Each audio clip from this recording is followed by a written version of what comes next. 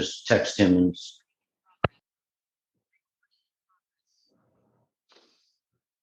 John Perretti and I, along with Anthony, who is you're in Nice, Anthony?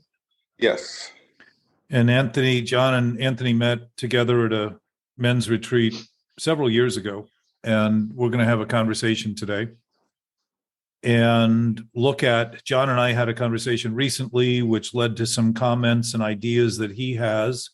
And Anthony has been, Anthony and I have spoken every week, at least for the last 3 years or so since we've known each other.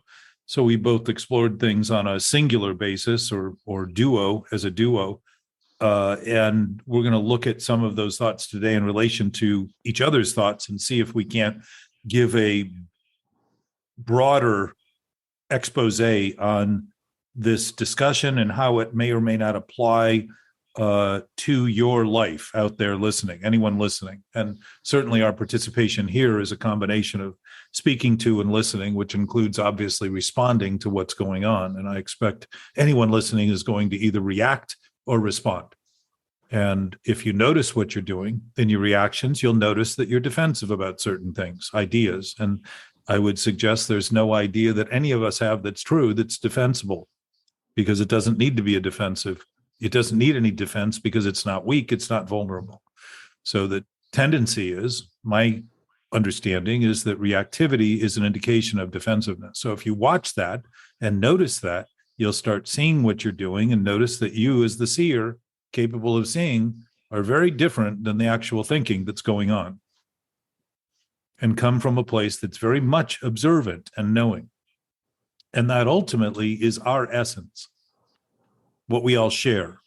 Whatever the platform for the species that we are a part of developed, that is what we all share right now. And to think in terms that don't align with that is to undermine the potential of that capacity that developed to allow us to be here to even talk about it. So that's what we're doing. Addiction, as far as I'm concerned, is just a blatant outcry for help for something we created that we don't believe we have anything to do with, so think it's impossible to resolve. And all of the byproducts, all the fractured states of mental conditions and disorders are basically undermining our bodily systems. They're actually representations of the bodily systems that are being undermined and threatening the actual life that we do have in the name of an idea about who we think we are that is not who we are, but only what we think about what we think. So thinking is something we do, it is not something we are. And as a result, if we act as though all we are is what we think, it puts incredible stress and anxiety and pressure on our whole system, because we're trying to pretend that our thinking alone is reality and truth, rather than actually something done in the body to serve the body and to help better the productivity of the body, to help the body survive and thrive so that we can be better for each other rather than worse. So that's a little prelude, and I want to invite you guys. We came together today because creating this podcast, I have taken the last Sunday off, and I guess my own enthusiasm helped me completely forget that today is the last Sunday, and yet we all showed up. So we're going to have a conversation as a result of my oversight and consider maybe it wasn't so far over after all. So good morning, gentlemen, Anthony and John. Morning. So John, you had ideas. John and I had an interview last week. It's been very popular. He got a lot of feedback from people. And it's interesting because typically our conversation is amongst people within the sober world very often. Here comes David too. Good. Hey, David. Morning, sir. Good morning. So, David, today you and John and I, along with Anthony, are going to talk a little bit. John had some feedback from friends that he shared with me, and I thought it would be interesting for the group to hear the ideas that are coming from people who've never listened to this conversation, given that most of us in this conversation are coming either from within sobriety or have some history in sobriety that gave us a bit of a window into what the mental obsession is. And the premise of this discussion is different than any discussion I have ever heard, or I wouldn't be talking about it so much.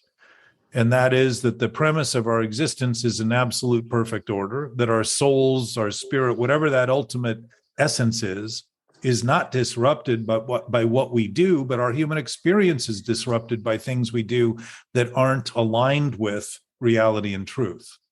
They would be maligned with reality and truth. The attempt to overcome reality and truth with my own conclusion of a thought means that I believe my thoughts can be real and true rather than recognize my thoughts are a product of reality and truth. So that would be a major glitch in my utilization or misutilization of my thinking. Anyway, I'm warming your ears up, David. That's all. I can tell you just got up. Yeah, I did, man. Sunday. It was a rough night last night. You thought you had the day off. Good morning, big guy. Yeah, good morning. What time were you working till last night? I didn't leave there until 3:00. Wow. Okay. Well, Yeah. good morning. Not so good morning, maybe. Yeah. So David and I had a conversation recently, and John and I had a conversation recently, and David and John and I are going to have a conversation about the conversations they've now heard from each other, because John and David have known each other for a little bit of time and have started to communicate. And I'm doing what I can to foster the discussion that I like to have about this, because I know a lot of people, as a matter of fact, everybody I seem to know has this mental issue going on. And even if they don't think they do, I can often see the traits of it, whether they acknowledge it or not. The defensiveness and the reactiveness and the pettiness and the sort of self-servingness, the arrogance, the pride, the denial, the trying to get away, trying to always feel better. All those kinds of things are traits that something's going on that's wrong, that's really not being looked at honestly. So I am glad to be here with you, gentlemen, on what I thought was I have proclaimed as the last Sunday off, and here we are together. So I appreciate the confluence of our ability to completely overcome any limits that I set. I thought about that this morning. I was like, wait a minute, isn't it the last Sunday when I just woke up? And I was like, oh, wait a minute. And then John texted me, he said, where you at, big guy? I have to say, it's really impressive that everybody seems to remember to take the last Sunday off, but they tend to forget what we're actually doing on all the other Sundays when we're together. So yeah, always having a day off is always a motivation for everything, you know. Very convenient to notice that. So John, you and I were talking a little bit earlier, and it may be a rehash for you, but I think it would be good for everyone's ears. It certainly is for mine. Your thoughts? Wait, could you be a little more vague? Sure. I could have not said anything at all. With respect to the concerns people had, the not listening, the confounded, they didn't understand, they're not quite sure that I was really connecting with you, and any of the things that you might have thought were valuable for me to hear that we've discussed. Well, these are thoughts that others had. Yes. Who have never heard you speak.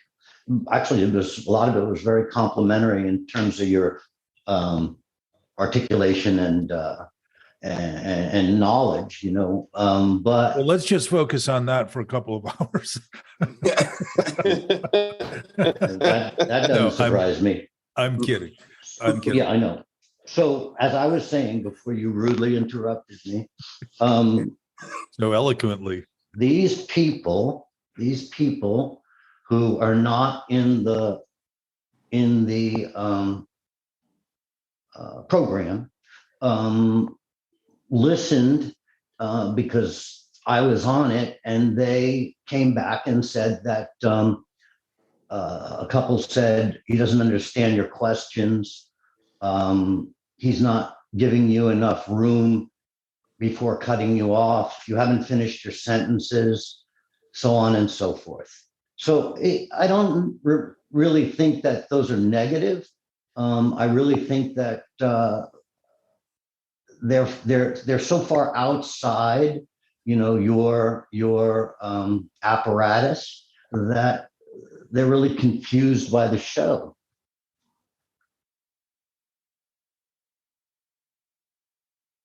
Which I would imagine if we're talking about something that has never been, in my experience, I've never heard of anyone talking about this in this way, which is why I talk about it so much. It would seem natural that that response or reaction would exist, because if we were all aware of it, it would not seem confounding or difficult. If we were all aware of the thinking of it, while I suspect we're all aware of it in a greater sense, we just don't know what to make out of it, out of our thinking out of it. But yes, sir. Again, Anthony, I use the word but. It's your perspective. Yes. And you are attuned to this methodology. Yes. Outside people don't have an ear for your cadence and the way that you interject. Well, their reaction to it and saying they don't have a cadence is their response. No, those are my words. But whatever that is that they're saying is in fact how they're responding. And part of what I have learned in this communication, because I've been working probably for 12 to 15 years now with people on this, more directly on this. I didn't see it as clearly as I came to see it. And when I did, I realized that helping people get better at maintaining either the stories or the narrative or the ideas they have that aren't true, and give them the impression that by listening to them and believing in them and having confidence in them, that somehow I'm doing anything for them other than what they're doing to continue to maintain the ideas that are killing them, and literally undermining their capacity to act in ways that are response-able, rather, which includes consideration and contemplation and a willingness to be aware of all things, not just the things I think and presume to be true and react to immediately, defending this thing I call myself. If I played that way, I would basically, as far as I'm concerned, be enabling, which to me is one of the central causes of the disease. The idea that I can help somebody get better at being worse and doing the wrong thing and giving them all the accolades of how great they are and all that. If those things are true, they are true. It doesn't mean what they're doing with their human facility or utility is actually good. If you are absolutely perfect, if each of us has a perfect nature, that it evolved into this human nature somehow, whatever it was, through creation or through evolution, whatever it is, it's probably a combination of both, because it's been evolving and developing. And we're developing just in the conversation to begin to look at what we're doing as a species in a way that could allow us to begin to function in ways that are far superior to the sort of reactive, diminished capacity that we seem to be married to and glued to, that tend to have us think life is difficult, life is a struggle, and so on and so forth, when in fact, none of those things are true. Life is not a struggle, and it is not struggling. We are struggling with what we think about life. And so we blame life. Why? To continue to deny our source in the problem, our cause of the problem. Our collective cause is the individual, each individual's cause, each one of us. So I like to be provocative because I can see quickly who gets angry. I've had people tell me to get fucked, and I appreciate the honesty, because most people don't.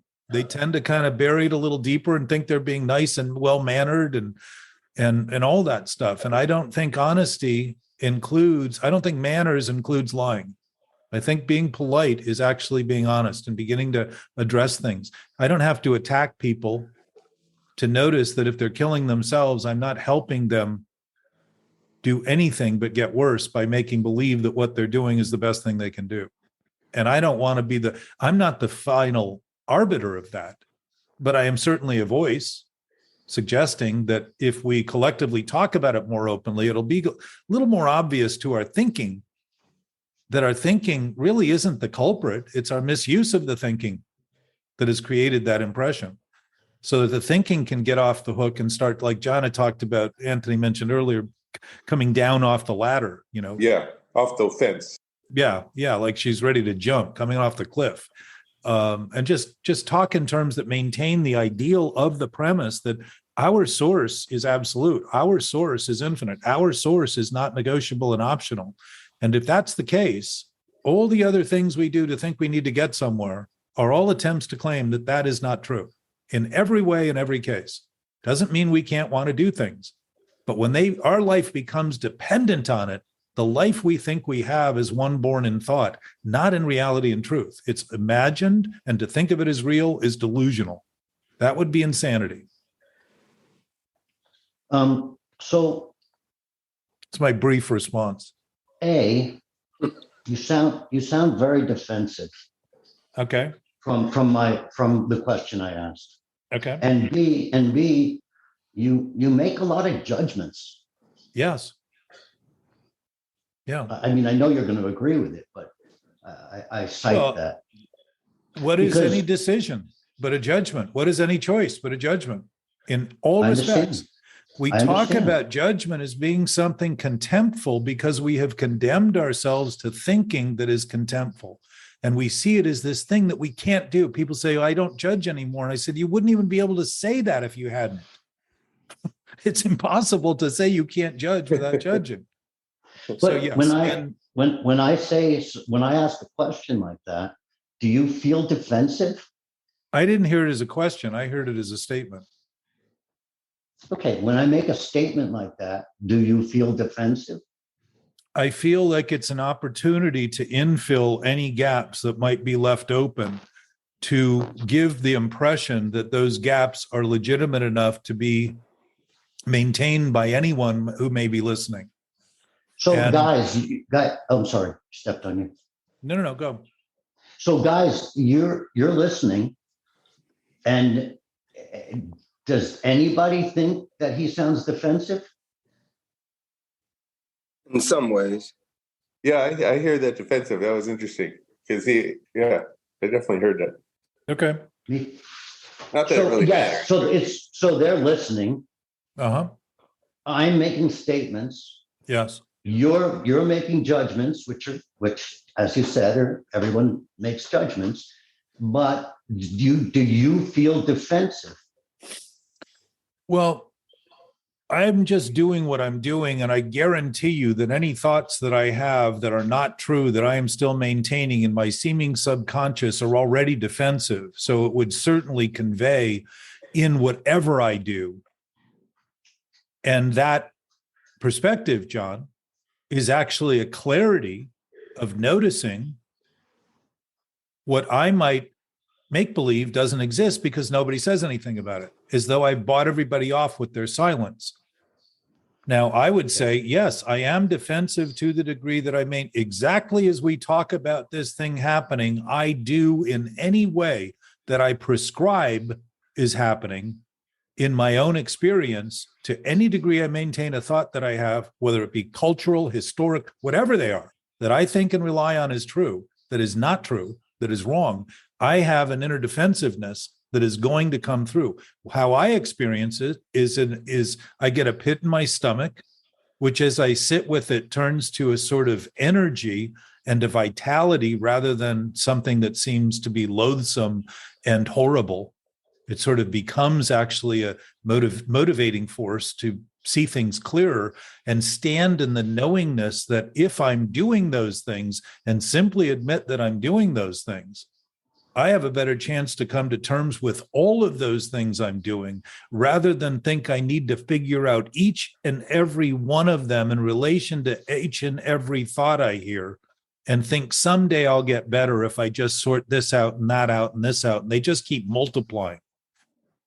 My sense is it's admitting that whatever I think in the dark is still happening, regardless of whether I agree with it and notice it or pay any attention to it.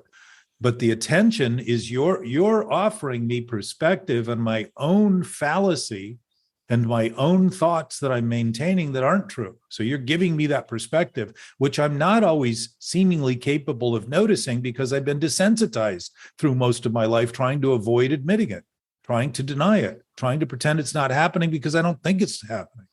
So I do, as I've mentioned in our discussion, I don't talk about this because I don't do it. I talk about this because I want to get better at talking about it.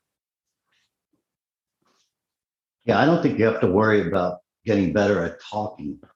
Well, if I am defensive, I would say there are some gaps in my own awareness, and you offer me in a discussion that perspective. And that's part of what the discussion does. It helps us see that we're not alone. We are unified, that we offer good information to one another. And a lot of times we keep that to our seeming self in the name of protecting the other person while we're harming them and putting them at a disadvantage. We're killing them and giving them the impression everything's fine. Continue to go. The cliff's coming. But if you just keep driving and enjoy the drive, everything's going to be okay. That's a lie. That is not what we're here to do. Mm. Deep. So you think discussion is important? I do.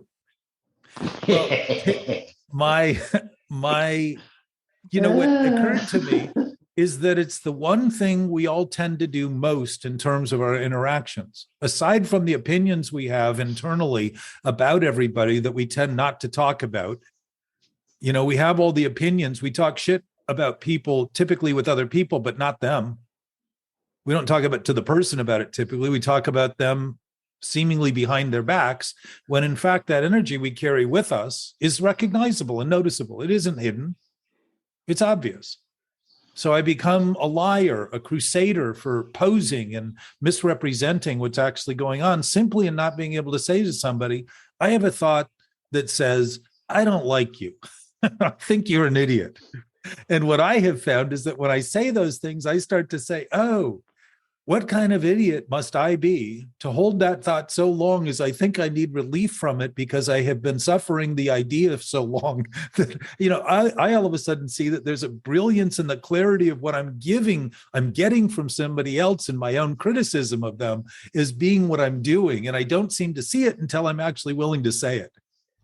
Often. Hey, David. Yes. Do you do what I do? Do you still have people that are on your mind that you're dealing with, like in terms of physicality? Yes. Yes, I do. Me too, man. And that's kind of where we lead in. Yeah, well, the addiction is thinking all that's happening isn't happening. Or all that isn't happening is all that's happening. Better put. The addiction is making believe these conversations we're having, they're all coming from a thought. Thinking about thinking isn't thinking to ourself, it's thinking about thinking. The self of thought is thought. If I'm thinking about my arm, I all of a sudden don't think I'm an arm. But when it comes to thought, I imagine that all I am is what I think. Not true. So what do? Attach a voice to every one of those thoughts, and I start talking to people in my head, and that would be a pretty good definition of insanity. I'm talking to people that aren't there. I'm hearing and seeing things that aren't even happening. And we don't think of it as a mental illness. We think of it as common and normal. We've just normalized it by becoming desensitized, and as sentient beings, that means we're not expressing our capacity at all, except to the fact that we are depressing our whole capacity to express it in our anxious disorders and all the depression and the pressure and the stress and the anxiety that we're struggling with. It's all a natural outflow of that. That is our guidance. That's our owner's manual saying you're capable of, not supposed to, but you're capable of expressing with complete freedom what's actually happening. And to the degree that you think you don't, you're going to depress your systems. And that's evidence. That's our owner's manual saying, hey, that's not the design. That's not the way to use this thing. The owner's manual says put one tablet in, you put 35 tablets in. It's going to blow up. More is better. It's telling us that, but we're not listening. What do we think? It's disturbing. So what am I going to do? Run from it, get away from it. What do I do? Take it with me as it grows. It gets worse. I overdose because I'm trying to outrun this growing problem that I'm denying. Anthony, you were run over. Well, I'm so grateful that you're doing this meeting because 2 weeks without a good meeting is pretty tough. So I'm really glad that you're here. And I was You mean wondering, living with you for 2 weeks without a meeting is really tough, right? yeah, With who you think you are. there's always a little bit of truth in all humor. But can you just start with something? A little? I realize that everything is a definition. My girlfriend at the time, she accused me of being something. And instead of me getting defensive that I did and saying why I'm not, I should have said, what's your definition? Because it turned out she didn't even have a definition of it. And we could have gone off in a totally different direction. But because I used my definition and I was so ready to be hurt by that, I got hurt. So I'd like you to start with a few definitions of what is your goal? Like what is your mantra or mission statement? I don't think you actually have a mission statement. Well, I'm not running a business. I'm not in college. I'm not getting my master's. But to make it quick, the elevator pitch, like so that when I guess I'm asking for a sales pitch a little bit. I'm a salesman. Yeah, I know. And which I won't give you, because what I want to ask you is, what is it right now that you're struggling with? Right now, right here. A lot of things. Okay. Thank you. One of them, not getting my point across, but that's. Well, I think you got your point across, Anthony, but I'm not going to contribute to the ideas you have about thinking that further definition. You're going to think the rest of your life this point is all you ever need to make. And what's really wrong is that you haven't defined it well enough. And I guarantee you, as words, I think you agreed on your own self that it's important to have definitions. Remember, my dad got into that. You can't have a discussion. So I don't think you're fighting that. It sounded for a second like you. The fact is, Anthony, everyone is always going to have a definition that is somewhat distinct to their experience. And if that's all we're looking to do, we're trying to turn reason into reality in some pure, absolute sense. And it's not going to happen. There's always going to be a little discord. We can work it out in how we see things by talking about it, rather than think that what you need to do is be hurt so that she walks away because she didn't say the word in the way you wanted to hear it, when in fact your feelings that you think she hurt were hurting to begin with, and she gave you the chance to notice it, and you missed the opportunity to say thank you.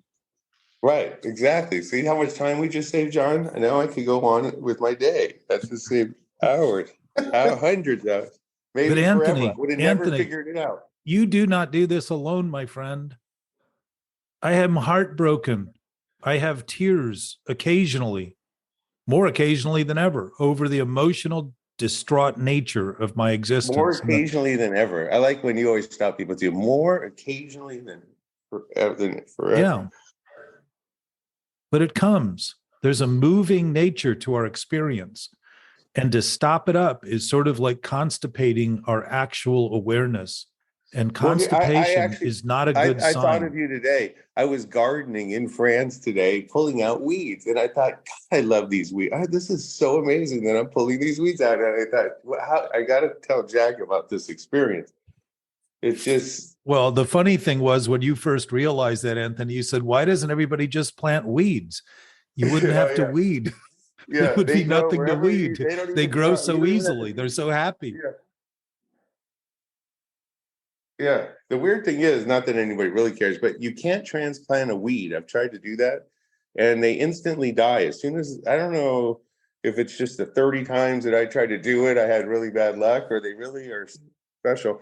Kind of going into just for something for radio. When you look at a field of poppies, some people could look at them as a field of seeds and weeds, and other people look at that same field as a field of dreams, right?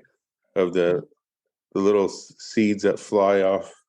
So you see how free people are to conclude their own definition of what they're seeing and how they're seeing it. Yeah, and that was my fault. To come to terms with that, I would suggest, Anthony, is a little easier than trying to master every definition in a dictionary, because you know what? Every time the dictionary comes out, the definitions change somewhat, because the way people use words changes, because the thinking about those words and the experience are always changing. But let's think about your weeds in your garden, that as you begin to see them as weeds, they don't have any place to grow. They can't be transplanted because they have no roots other than the thinking you do that gives them a root. Yeah. So think of that. They're useless. They have no point. They have no place. That's why we struggle with them to maintain them obsessively, thinking about them, thinking is going to finally prove them right and real. And anybody who gets in our way, we are going to be angry with, and you're disrupting my goal. It's not true. And I had to realize, clarity. I'll say this on radio too. I hate talking on being recorded, but I'll say it. It's like I went back. I remember all I wanted out of life is to not have to go to school and watch cartoons. That's like, I remember my dad making me get ready for school. I'm like, God, one day I'm not going to have to go to school and I'm not going to have to stop watching cartoons. And then so far, where does everything becoming a slave to that? I heard somebody say that if you have to do something, you're a slave to it. And I don't want to be a slave to coffee or any person or anything. I don't want that. I'll drink to that. So you realize what we're talking about here, Anthony, is a relationship that we create, that we are the masters of creating, and then feel we are a slave to. And the core of it is simply a thought. That's God, it. you're a good guy. I love how you do that. That's money on camera, buddy. Well, I just love that you love anything. You know how you say you have that energy in the pit of your stomach when you want to say something? I have that energy right now. And it's just like, listen to some of the things that we say. It's like we always want to hear something to stay safe instead of to go in there and deal with that feeling. Yeah. And like what John is saying, and just like the other about 2 weeks ago, I came home from work and there was someone asleep in the back, and when I asked him to leave, he jumped up to attack me.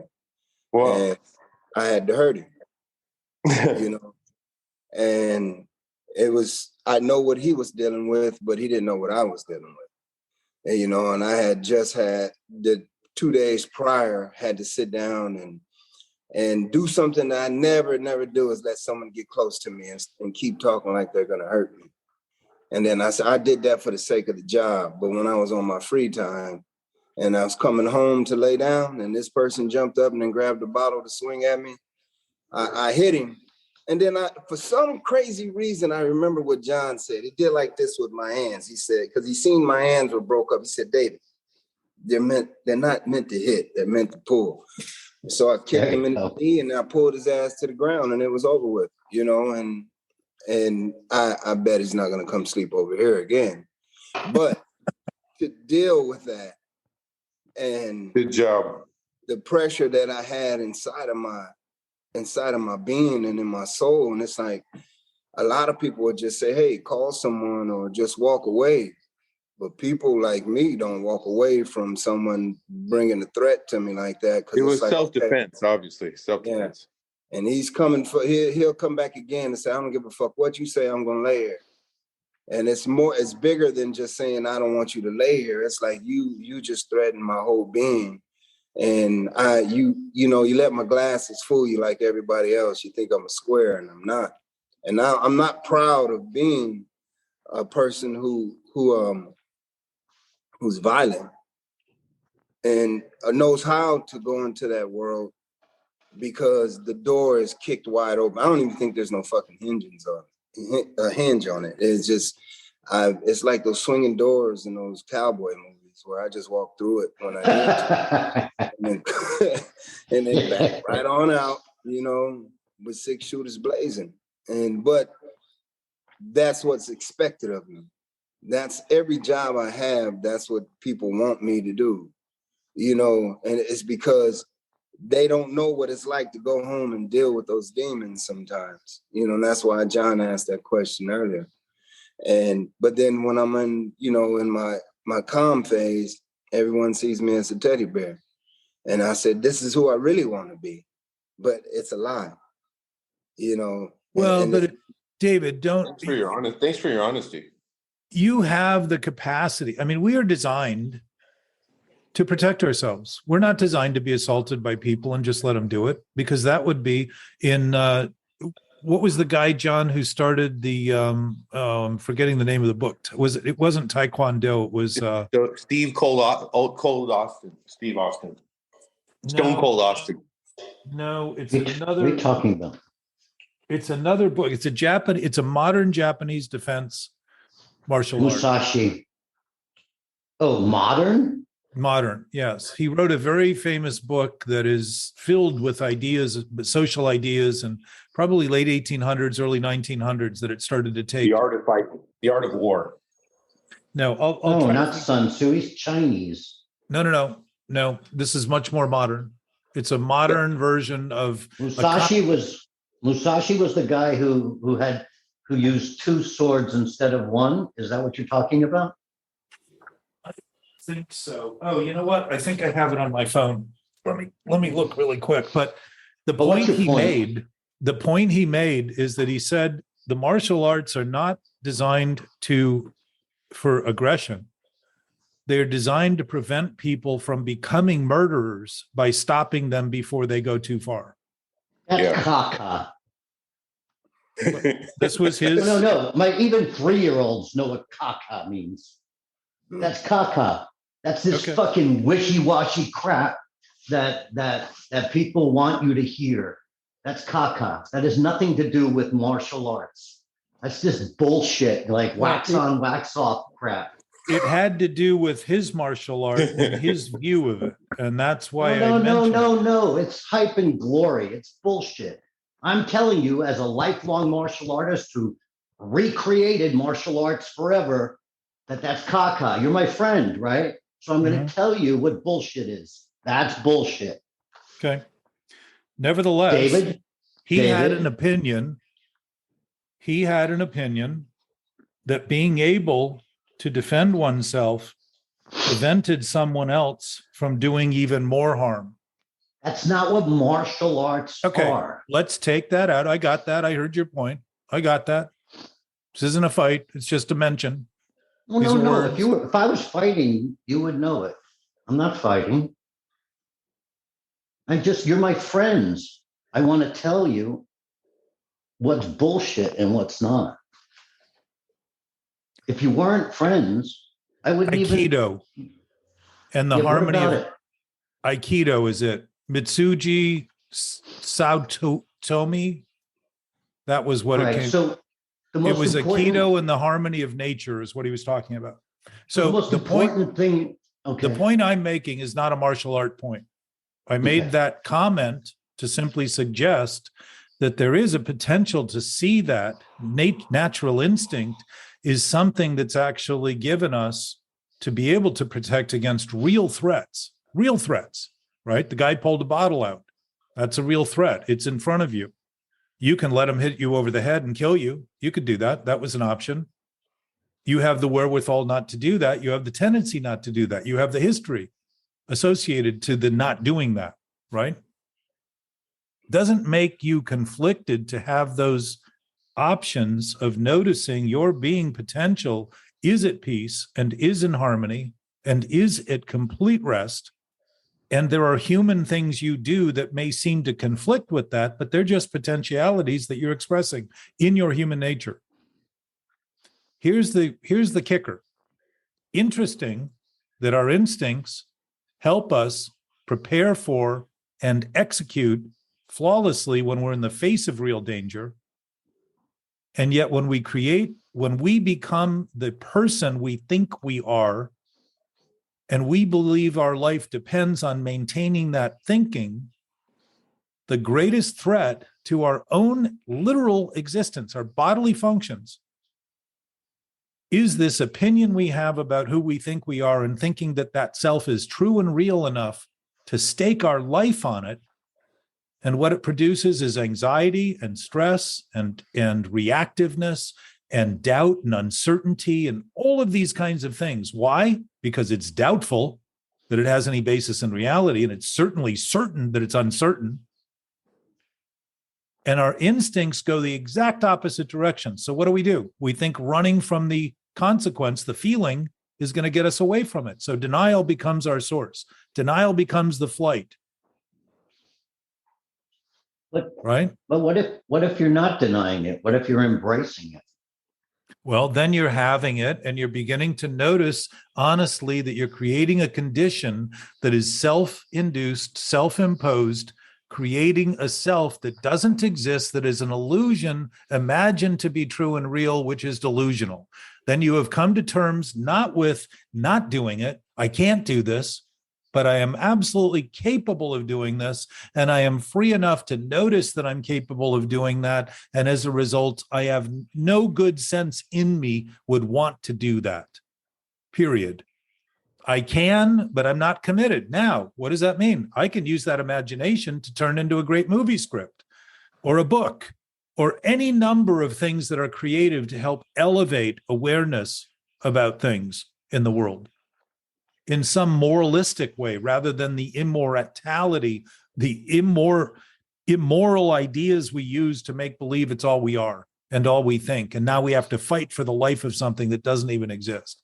Now we become the enemy, and the instincts turn exactly the opposite. We think we can run from it, but what happens comes with us everywhere we go. We think we can freeze, another function of instinct. We go numb to what we're doing. Denial becomes our case, getting less and less affected by it. We think we're winning the war when we're actually killing our ability. Seemingly, we're diminishing our capacity to actually witness our awareness. What's the next? Fight. We're fighting ourself. We're fighting a self we created in the name of thinking it's true and real. And the more we think about it, the more it's going to come true and real. It's a fight we can't win. We're the master again, Anthony. And we're creating a slave relationship in our own experience.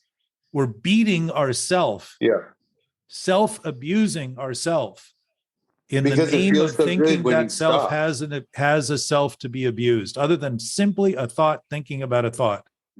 Thinking is something we do. It is not who we are. It is not what we are. And to the degree that we exhibit those things, we think all that should ever happen is what we think. And when it doesn't, we're dashed. Our life is shit. Interesting. It's the thought that's shit, that has no byproduct. It's a waste product that has nothing left to be utilized, which is trying to mention it so we can get rid of it. But what do we talk about? Getting our shit together, having shit to do.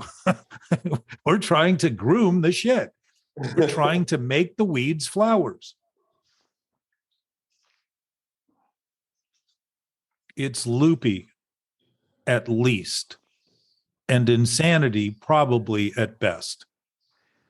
The definition of insanity is trying to swing a bottle at a 6'6" guy who weighs 230 pounds. Probably the motherfucker, he didn't tell us how big he is. He probably couldn't even reach his head. Yeah, he's about 6 feet tall, or 5'10" to 6 feet tall. See, the fucker couldn't even hit him in the head. Yeah.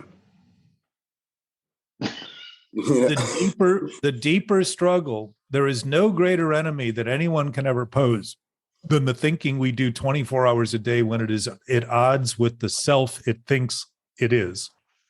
That we ask it to be by maintaining the focus on it, as though somehow we'll get it right someday, somewhere, someplace, never here, because it never happens here, because it can't happen in the present, because this is where reality and truth are. And so we live with this disgruntled, self-loathing, self-abusive internal fight that's angry, pissed off, and we explode at people we care about because we want to get rid of this toxic mess that we're brewing. And blame it on life, and life's difficult, and it isn't life, it's our own difficulty that we've created, that we, because it's so central to our experience, we just paint the whole world with it because we're looking through that lens, as though the world is wrong, the world is, and its people are problems, and life is difficult. It isn't. None of that's true. Yeah, I mean, I can agree on a certain level with that, where, being in prison and then being around the chaos 24/7, and it's like, there's a simpler way to do this than to be in such chaos or hurting and whatnot. But there's this overcoming spirit in there, to where it's like, it's always going to have, you always are on alert. You always have to think about it. And you always have to think like a predator sometimes. Well, I mean, not sometimes, all the time, to be ready to survive. Like, I got attacked in my sleep one time because people see I worked out all day from morning to night.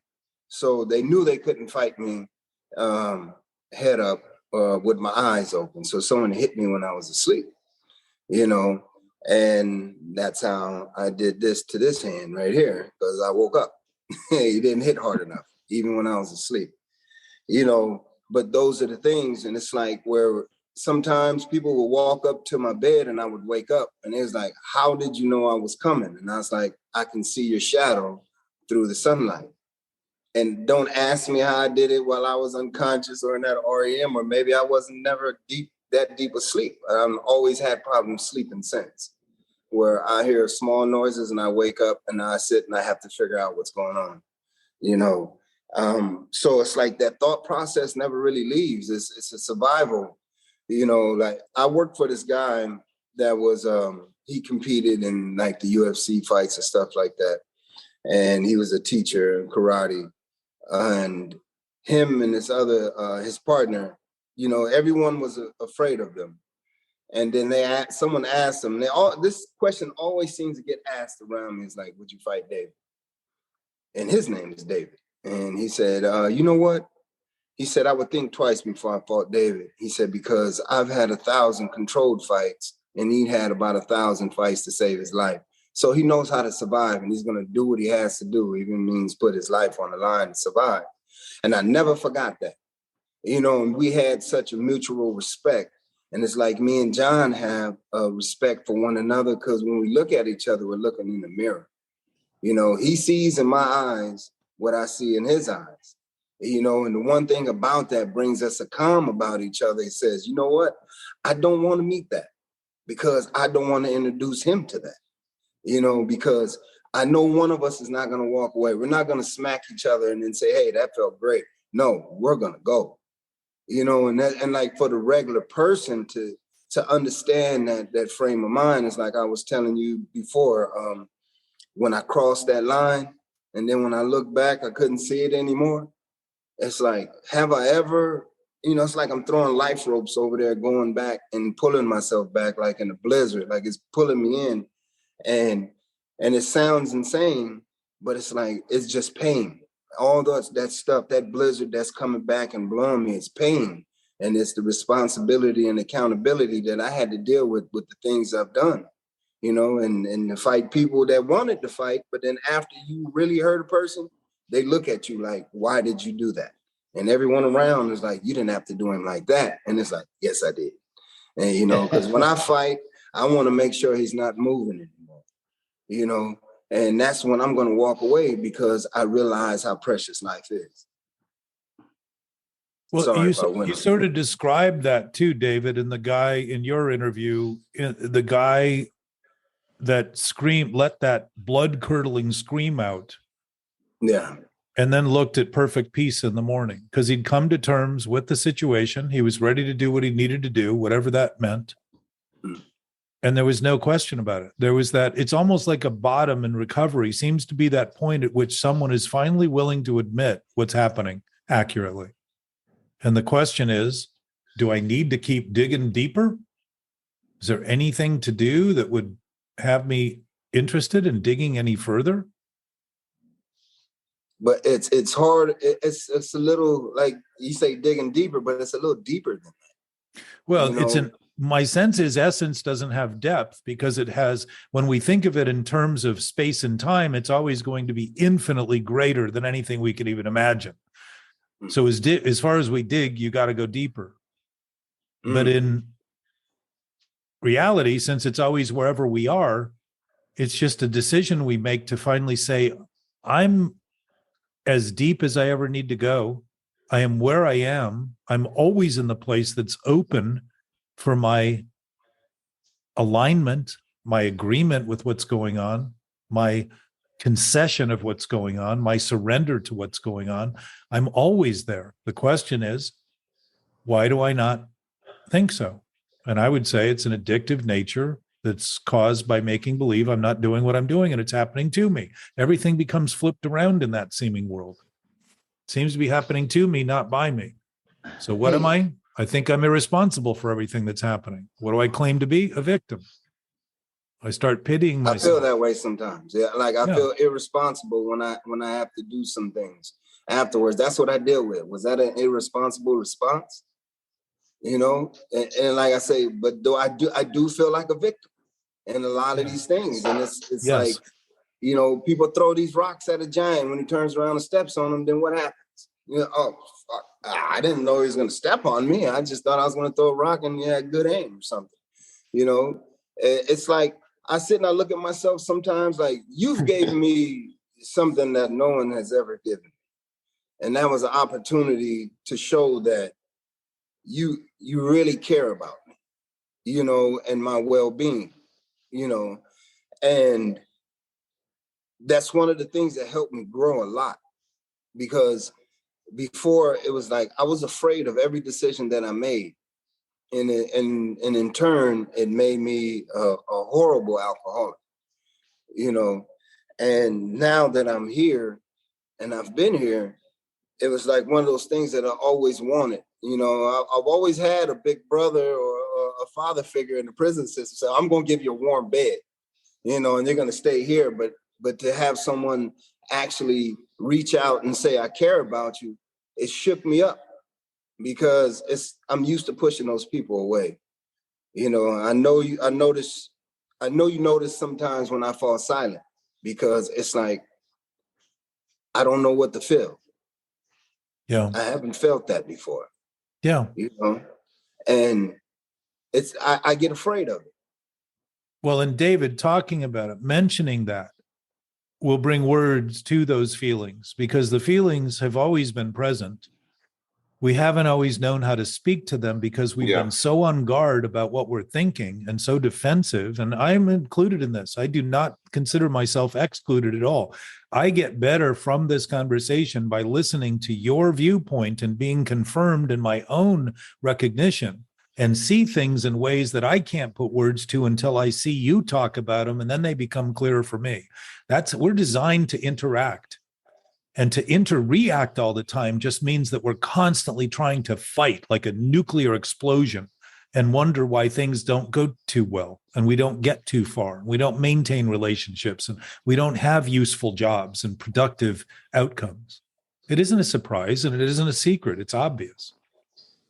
But that's beautiful, my friend. I love you, and I want to support you. And when Lily originally mentioned you to me, he had great confidence. Yeah. For as crazy as he can be.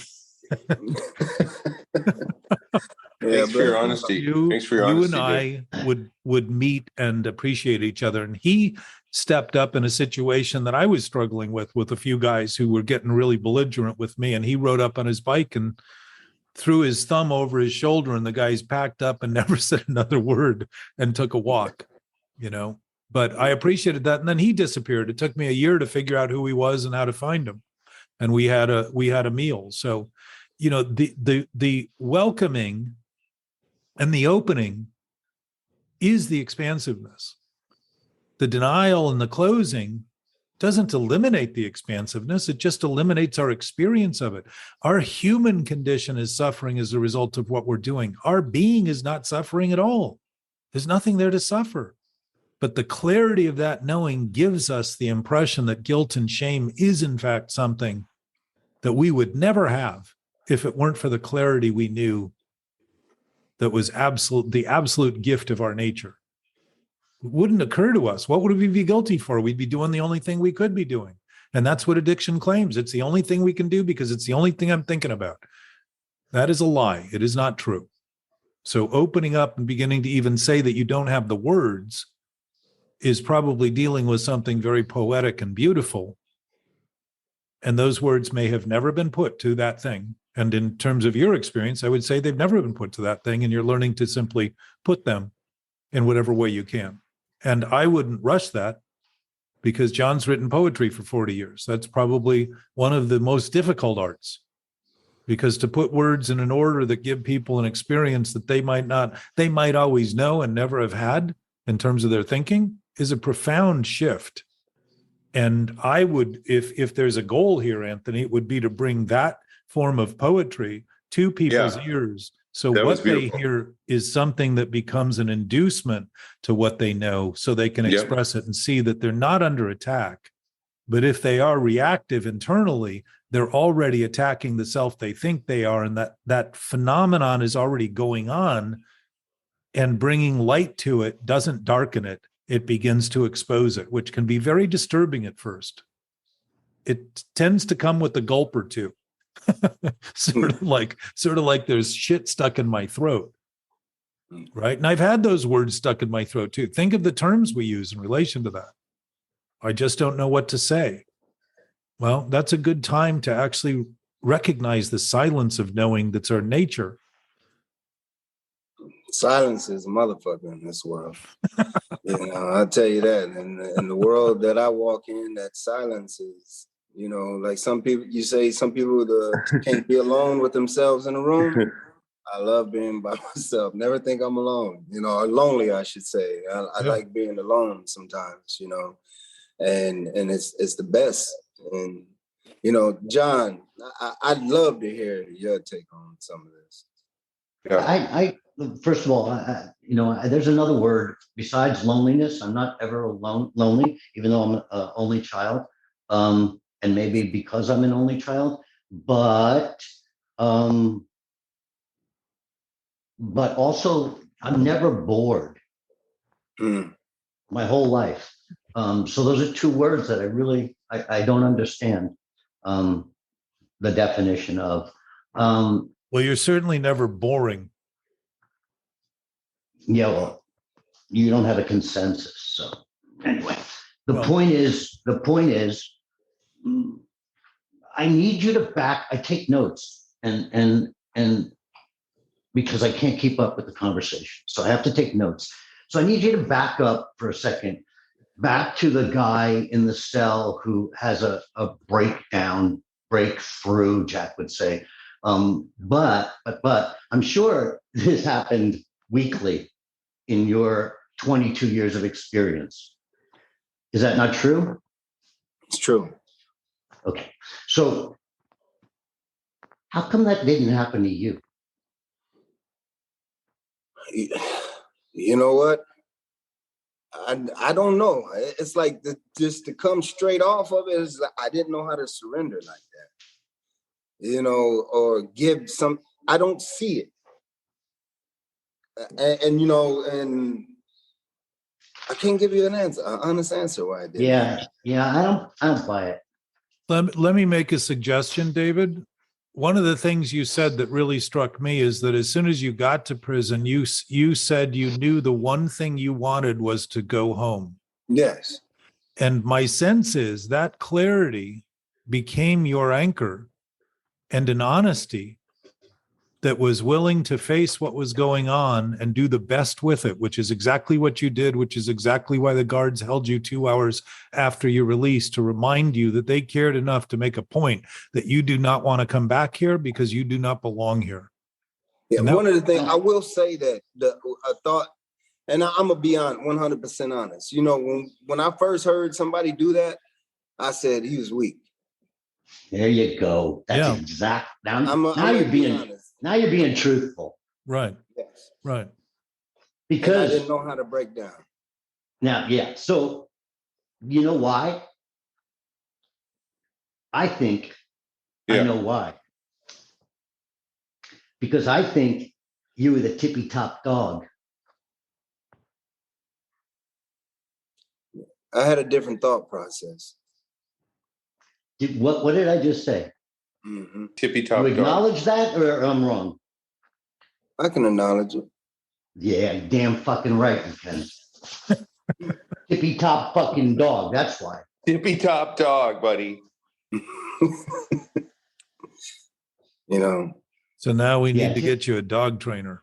So I don't. Yeah, Jack. What I'm. Yeah, you can make jokes about it, but no. I get it, John. I think you're right on the button. Fucking A, I'm right. I'm gonna look him in the fucking eyes, and I'm telling you, you better not lie to me about that. You're the tippy top dog. Tippy top dogs don't break.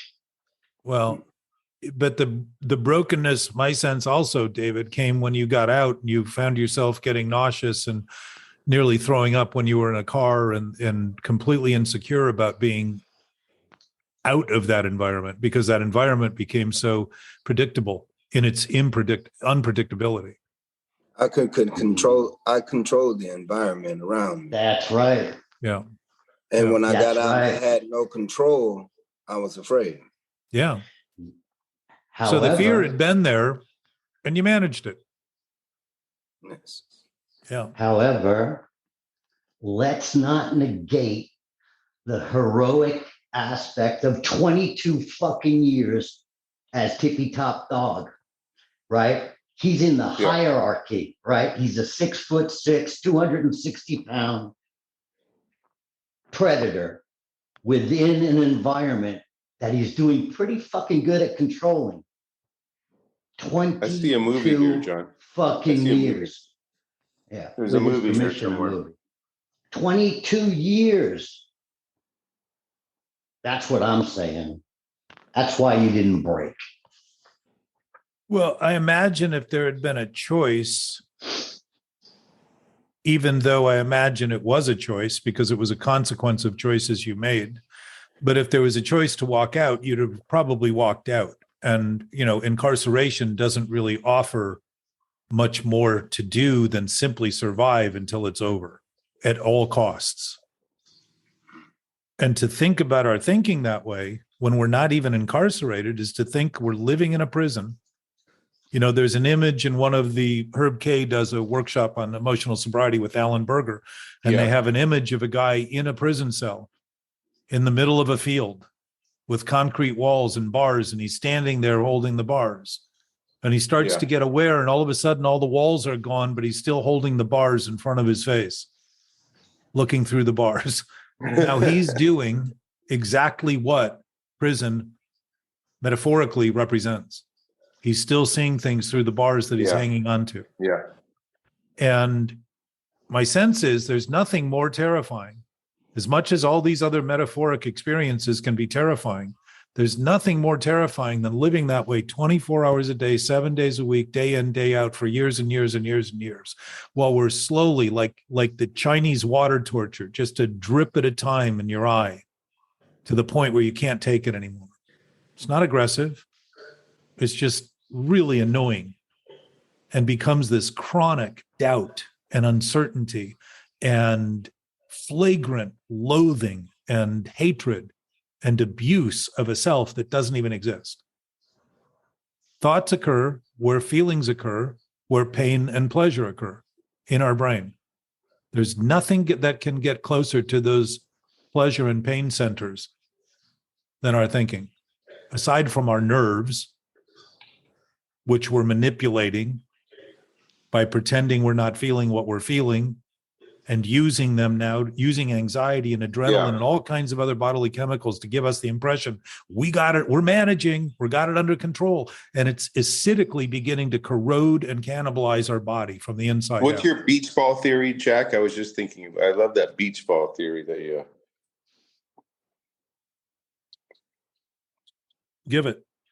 Oh, where you're trying to make it look like you got everything under control, that you're not trying to keep a beach ball below the water. You want to make it look like nothing's going on below. Everything's fine. It's like having a refrigerator full of food and telling the kids you don't have any money. And they're starving while you've got a refrigerator full of food. So Be irresponsible. Can you talk about, I didn't mean to destroy your beach ball theory, and it probably should have a better name, but what I liked when you were saying where you try to make it look like everything's under control. I'm not peddling. That's like nothing's going on under the water when you're trying to hold something below the water.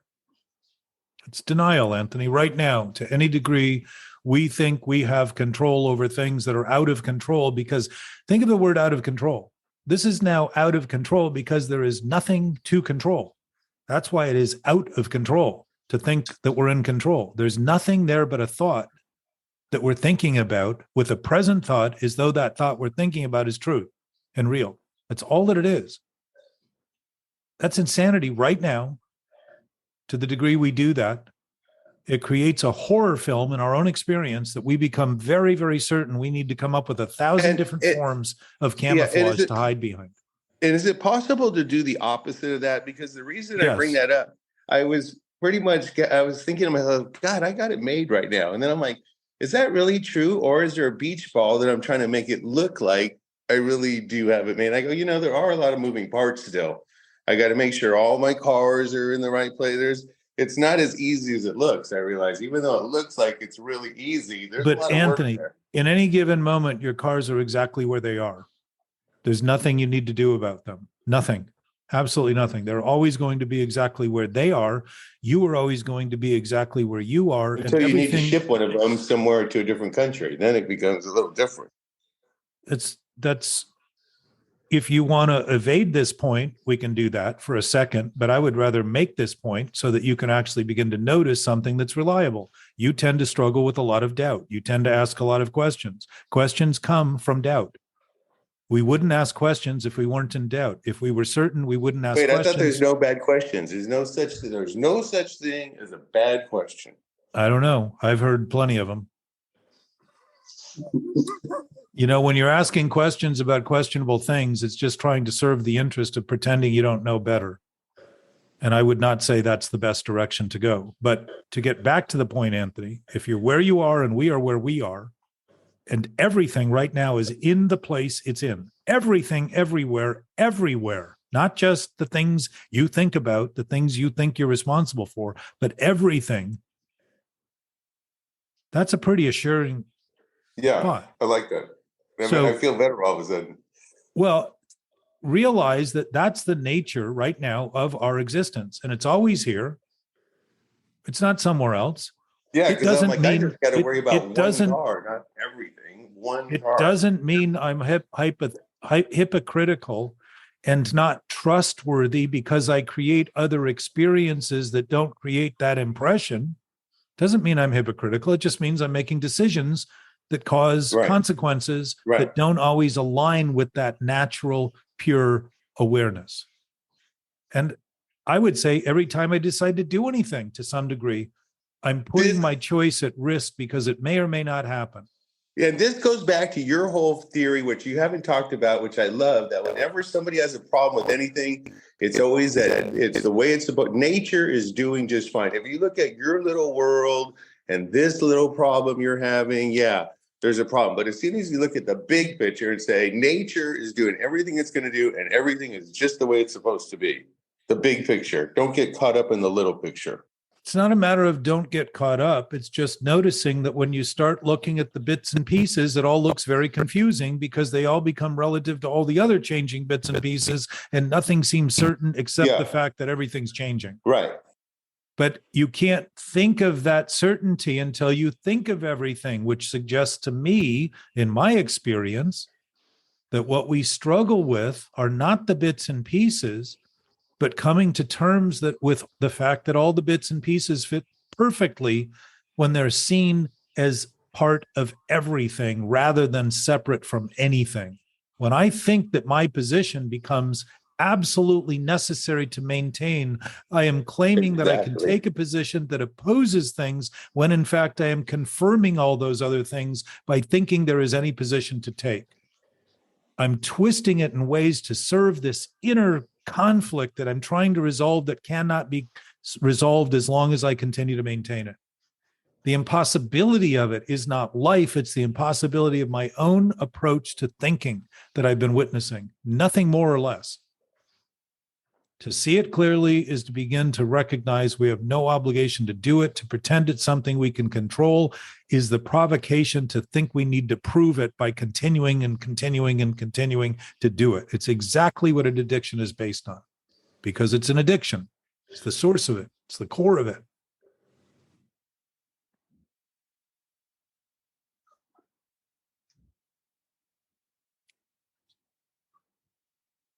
Talking about it is like turning the light on in a room that you thought was filled with something horrifying and find out that it's not.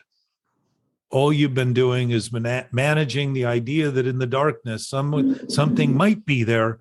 And if it might be there, I need to be on ever ready alert in case it's there, when in fact it's never there. And to start thinking about it clearly is to start noticing that there's absolutely no obligation we have to do that. And yet we are free to cause that experience anytime we want. And to see that is to start to say, why would I ever want to do that? I'd have to be insane. And bingo. You're finally seeing it clearly. So, We can sorry. think insane thoughts. We are perfectly welcome to think insane thoughts. To come to terms with that is to stop thinking of it as something that we should pretend we're not doing and simply admit we're doing it when we're doing it. I'm thinking those things to feel those things. The effects are telling us about the cause. To deny the effects is to deny the cause. To think getting away from the effects is actually helping the cause get bigger and worse because we're managing it, thinking somehow by maintaining it, it's going to go away. Maintenance always tends to lead to a longer shelf life. John. I don't buy your definition of question because I ask questions because I want to know how you think. People that know me for a long, long time, I ask a lot of questions. Anthony asks a lot of questions, but we ask for different reasons. I want to understand how you think. And that whether that we're talking about art or whether we're talking about gardening or whether we're talking about fighting or whether we're talking about, that's what I do. So I don't have any doubts. There's no precedent for doubts for me to ask a question. Well, if you were certain about the question, you wouldn't ask it. No. I'm not certain of your answer. Exactly. So you have doubt. And you just No, said you have I no don't know doubts. what your answer is. So I got don't it. have doubt. Yeah. But you doubt that you know, so you are uncertain. That's rhetoric. The point is that we are asking for different reasons. I'm telling you in all honesty, just like the big guy talked about, that I ask questions to try to understand how you think. Well, I'm stating this to help you begin to recognize how you're thinking and that we all dysfunction on the same basic platform. It isn't unique to any of us because if it's something that is inherent, if it's something we can do as a species, it is something we can undo also. If it is something that we can affect, it is something we're causing. And if it is something that we share, the goal here is not to see how I think, because if what I'm doing is what you do, in the same way that I begin to make believe that when my thoughts are true and real, I become my thoughts, that's a choice I'm making. To see it as something happening to me is not happening to me. I'm creating it. I'm only using the excuse it's happening to me so I can continue to maintain the irresponsibility for causing it. That's all. I've created a narrative to look idiotic.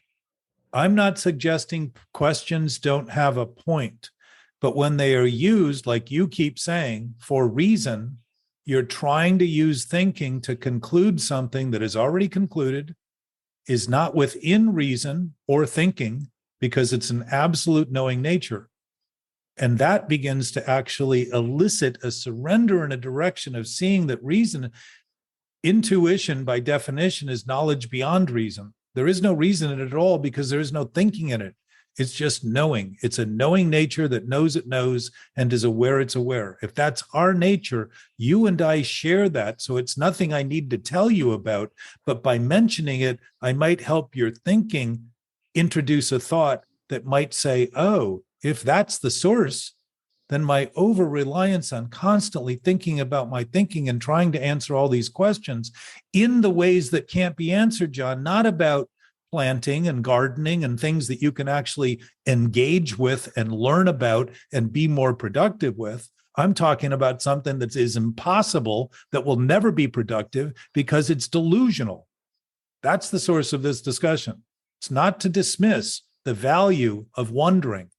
It's to actually promote the value of wondering to the degree that we start wondering why it is we pretend we don't know if we have an absolute knowing source, and then start to look at the potential we have to engage with nature in a way where it will tell us about itself by our simple awareness of how profound it is, because now we're sharing the profound nature of our own existence rather than making believe it's lost and mysterious and hidden behind the leaf that we're looking at. Good job.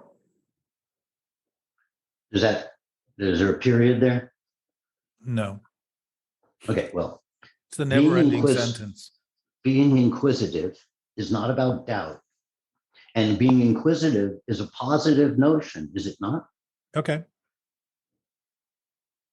Humans have been on a quest through history and apparently have not answered the question. I am looking at that question rather than all other questions, not to be in a debate over doubt. Doubt's fine. You know, Jonah Hill's therapist, I don't know if I read this to you earlier, but in that show, which one of the guys I work with asked me to watch because he felt that the therapist offered some good direction, which he does. He said that, let me look really quick. Great quote. And this goes to you too, David. It said, true confidence is living in uncertainty and starting to see that we don't always know what's next. The predictability of knowing what's next is what addictive thought tends to think, that the only thing that should or could ever happen is what we're thinking, because we think our thoughts are true. When we think about what we want, we think it's all we need. And if we don't get it, our life is at risk. It's the variety of potential, but there's great certainty in realizing that variety is always available. It is not uncertain at all. We are certain about what can seem uncertain because we know what's going to happen is going to happen. We can be sure of that. Absolute positive that what's going to happen happens. And if what's happening right now is being dismissed in some quest to find something somewhere else, we're making believe everything that is here is not here in some way. And that it would be a platform for doubt, to ask questions based on doubt rather than on confidence and assurance. Also known as knowing present state of being. Also known as the beach ball. Well, it's using desperation to some degree, or aspiration, to achieve something we think we don't have, when in fact, if we have everything, the chance to actually do anything worth doing that would be valuable enough, not just for your own imagination, but everyone else's too, would not come from the doubtful nature of thinking about our existence and the desperate nature of that seeming existence, but the absolute stability. Hey, can you go a little slower for us? Some of us are, you're going a little fast, Jack. Well, you're doing a good job of slowing me down. You sound defensive. You sound defensive. Do I? I'm just teasing you, buddy. I love you. Yes. My Absolutely. sense. Yes, John goes, yes, I love it. Yes. You sound defensive. I'm going to use my that. sense is, Anthony, I struggle with the words. I have spent a lifetime keeping these thoughts to myself, and I struggle with the words. And I feel it's kind of like a traffic jam. You know, things get bottled up when they put one of those big flashing arrows in a lane and say, you know, move to the 2 left lanes. So in my head, when I'm witnessing it, I would like to express it, and I do the best I can to attach words to it. And I am absolutely at risk of failing and recognize it. And I'm not particularly interested in the failing, but the expression. You can't fail. It's impossible for you to fail. You got John. I get David, it. I get it. But listen, I'm a witness to my own doubt. You're a witness. Let's hear, can we give, since I never get to hear John's thoughts, can we hear John talk a little bit about what he would like to, how would you put a meeting together? Because I got a good vibe from John, and I would love to get what I could get out of ask questions. Like, what would you do a meeting about, John? What would you call it? Personally, I have to run and get a cord to plug into the wall. A running meeting. I like running. There's a lot of runners. Yeah, no, I can't run. 1 second. People that can't run that try to run. I like this. How about do not try this at home? A new TV show. Do not try this at home. How about, Anthony, how about try this at home? How about while we're at it, while we're talking about it, why not try it on? The application of this, when I began talking about it, I realized how little I had ever done honestly in my life. And my words were feeble and broken. I believe they've developed. That's what people can relate to when you say that. That's why we go to AA meetings, is because we want to hear the struggle. We don't want to hear everybody go, oh my God, my life is so incredibly wonderful. Let me tell you how wonderful my life is. Well, this isn't an AA meeting or a meeting at all. It's simply a discussion. So I appreciate your input and I want to recognize it. I also want to maintain the focus on having the chance to experience and deal with what's actually happening. My sense is that nature is so natural that when we start acting natural, It's unnatural.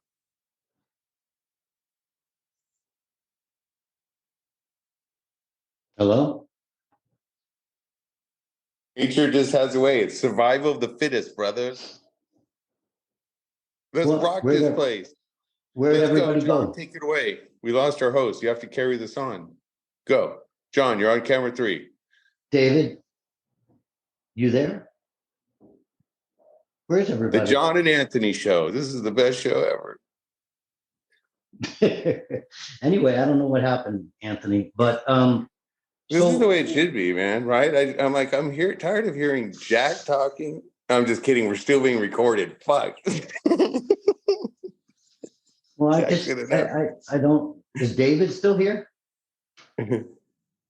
No, Dude, I like the energy. I like the vibe. Just real truth. It's like, hey, here's what I'm feeling. Jack doesn't like to talk about that a lot. He doesn't want to be like. I'm known for being brutally honest. I like that. And People like that. And he would jump on that to say that honesty is not brutality, and because of this and that. But that's what the last meeting, ironically, was about. I know. I remember. It's a meeting about being ironic. Yeah. I was in it, but the point I'm making is that the thing that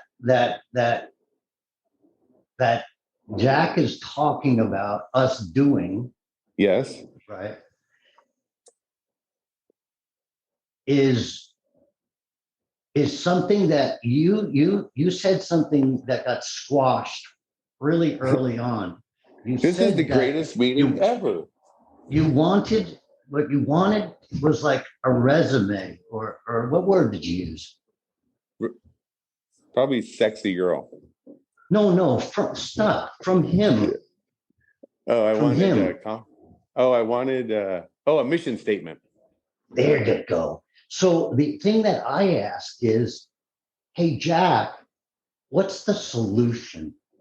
Right. Which is the same fucking question. It's the same fucking question that you're asking. Like, we're doing this, but Jack, what's the solution? That's why. Like when you go to I know that's why you ask. But yeah, when you go to like an AA meeting, right? Like, and this is not AA. No, listen to me for a second. Just kidding. Then he got hard on me too. Just hang on a second. Listen to this thought. That was for Jack. So I don't know where Jack is, but the point is that when you go to meetings and say you were going to do a meeting, right? You were going to do, you were going to lead a meeting, not lead a meeting, right, but it was what's it called? A speaker meeting. A speaker meeting. Thank you. So you're going to be the speaker, right? So they take you through this thing where they say that, you really have to, you can't get into like this alcoholic kind of like, drunkalog. This drunk log. Thank you for all drunkalog. Right, drunkalog. Don't get into a drunkalog, right? You need to have, or like after I share, people go, that was a nice version of how it was, and how it was. Right. I get accused of that too. So the point is that they want to have a happy ending. Yeah. Right. They want to have, it has to be this la-di-da thing. And if you say that, they will fucking jump on you and say, no, it's not la-di-da. Right. But that's what they're looking for. So what I'm asking, and you asked, is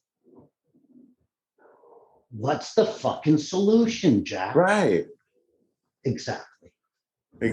What is the solution? Not a long-winded, we want a solution that it's like you take this pill and it's fixed. The redundant diatribe is one thing, right? But if you ask just the beginnings of a question, it can get cut off and be defensive and turn into this. So what I'm asking Jack always is, so what's the solution, Jack? What's the solution? There is a solution. It's on Really? page 54. First of all, I lost power, so I did not hear I everything. know. I'm starting to think my mind is really powerful because I'm like, I wish I could just talk to John alone for a little bit and ask questions. And then you disappeared. And I'm like, this is incredibly awesome. Where's David? Hey, David. David's here. See, you're codependent, John. That's what David- we're working on, John. Don't be David, so did you- codependent. David, did you hear me? I didn't hear everything. I got cut out and I had to join back into the meeting. Oh, yeah. We're in the same electric grid. Yeah, I heard the breaker go off and under the stairway. Thanks for your honesty, Dave. I just want that's what we were Oh. talking about, dude. I didn't even know what to do. I never even heard somebody so honest before. I'm like, holy shit. Wow. Yeah, I'm like, oh my breaker- God, everybody's gonna know I've been lying this whole fucking time now. Because they The know what breaker- honesty sounds like. The breaker went off? Yeah, it would just it'll click like goo goo. And then How'd it go? went off. How'd it You go? may have to trigger that. You may have to turn that back on, David, for the lights to work. I mean, the lights, it just, remember. That's I for the told you that outdoor before? lights. Yeah. That thing under the stairway is for the indoor. I want to the do outdoor speakers. So lights. what I came to the conclusion, Jack, is I'm going to do speaker meetings. I want to be like the best speaker that everybody talks about. Like, that's where my ego is like, God, that guy really is the greatest speaker. Well, And Anthony, just get to the point. Just have in a some message. of the things you've done that haven't maybe been the best thing, you have definitely been the center of the conversation. That's the band I'm in called Center of Attention. It's called Center If of you're Attention. looking for attention, Not nice. If you're That's looking not for nice. attention, here's my number. That's not nice, Jack. it's not a Play matter of nice. being nice. Hey, the It's truth just, is the Play- truth. It's just not a play nice frank nice. because observation. Play nice, it's actually Jack. there's always No, if we're I'm not even here to- discussing it. I'm not here to obviously, it's pretend what's happening isn't happening. Not only Okay. do I So, lie, to Jack, other I have a people, I lie question. to myself more. Anthony, take a breath. Listen to this. I know you want me to ask this, Anthony. Hey, Jack, Yes. what's the solution? Yes. All right. Do you notice, though, from you originally asking this, how far afield and how quickly we went in 16 different directions? That's because you're an octopus. I wasn't You're an involved in ana- that conversation you're at an- all. I was just listening. You're an analogy octopus. So I've mentioned this many, many, many times, and it may be difficult to hear because it's way too simple to ignore. So obvious that to even make believe that it could possibly be the answer when reason is used could spend years and years and years complicating, which most people have and do, including myself, to simply concede that there's absolutely no problem in the present. There is nothing wrong right now. Absolutely nothing ever wrong where we are as we are in the present. Nothing ever has been, never will be. Every conflicted, inner conflict, emotional turmoil, destitute opinion we have, every dysfunctional capacity has all been generated out of thinking we're not here now, that we need to be somewhere else as someone else with something else and someone else, or more or less of something else and God, I someone love else that thing. to be fulfilled. And it is not true, because if everything that there is connected to where we are and our being nature is in fact our essence. Wait, if it's not true though, why are you arguing it though? Like if it was not true, then you wouldn't need to argue it, right? Be like, Anthony, just if kidding. I'm if just I kidding. was just- fully that was realized, a joke. No. I think it's a very pertinent point. I think it goes to John's point, what people heard. I can hear the strain in my voice. I can hear the begging, the pleading, thinking that somehow I'm going to convey it rather than really concede that it's up to everyone to make this decision. It is not my choice what you choose. And the freedom of that is beginning to see one of the things in my experience is that if this knowing nature is a knowing nature and we all share it, there's nothing I'm ever going to say that's going to conclude it for you.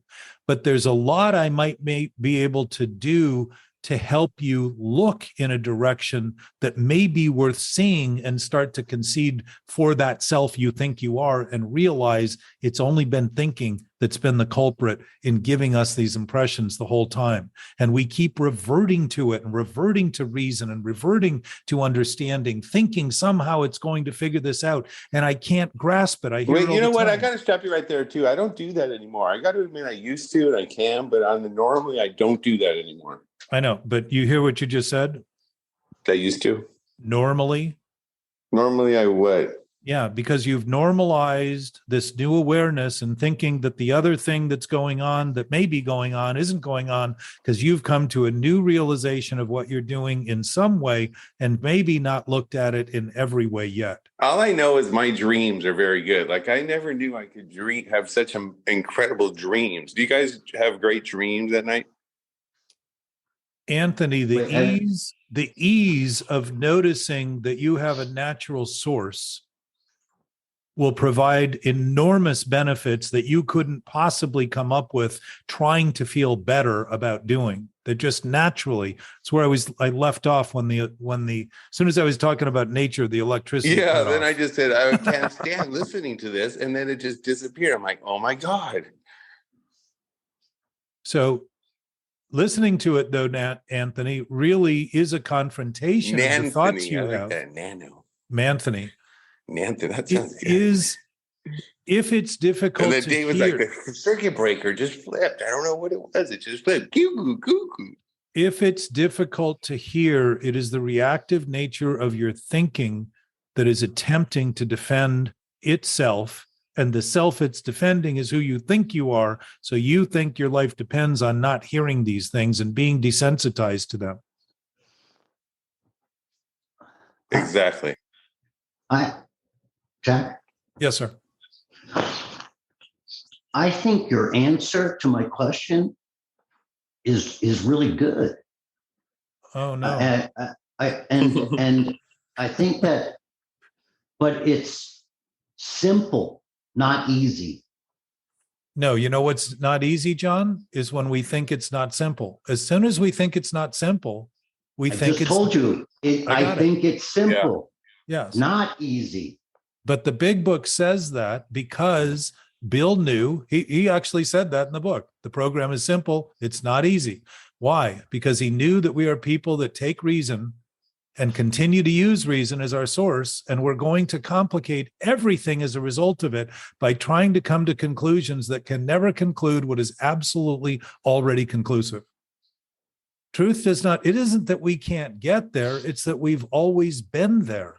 It's always been wherever we are. It doesn't seem to know how not to be where everything and everyone is. So it must not be functioning in space and time because it's not rushing around like Santa Claus in a sleigh trying to get there before morning to deliver the presents. Right. There's no sleigh. I didn't see a sleigh.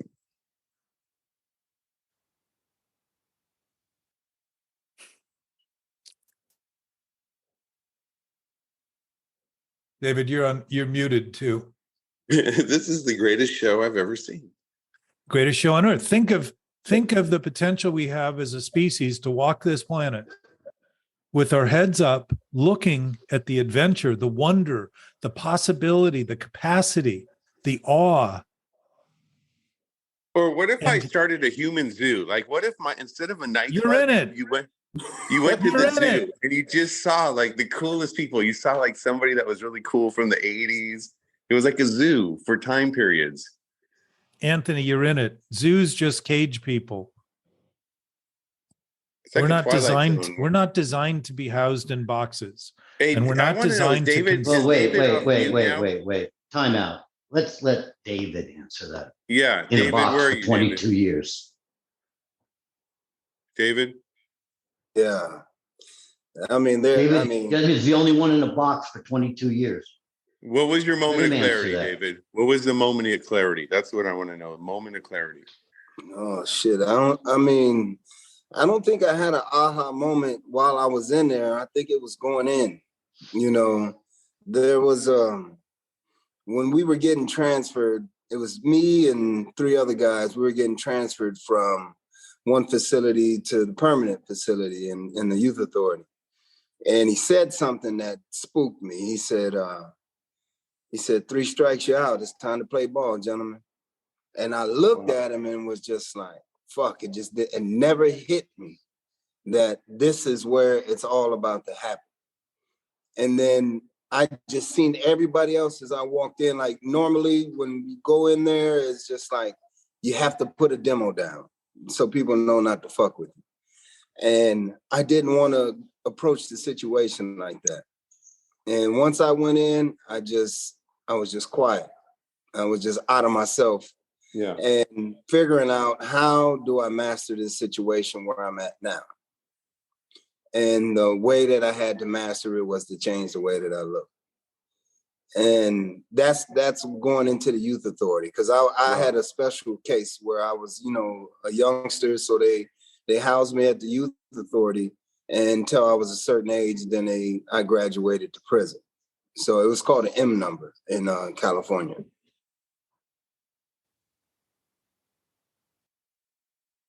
Thanks, bro. Thanks for your honesty. I love you. Cool. I love you, buddy. With this chip on my shoulder, I would fail. But, and I'll be honest, like a lot of these cats, they grew up in there. Like it dawned on me, like a lot of them never even had sex before. And they were asking me questions about sex. And it was just like, these are grown men, and I knew I could control it.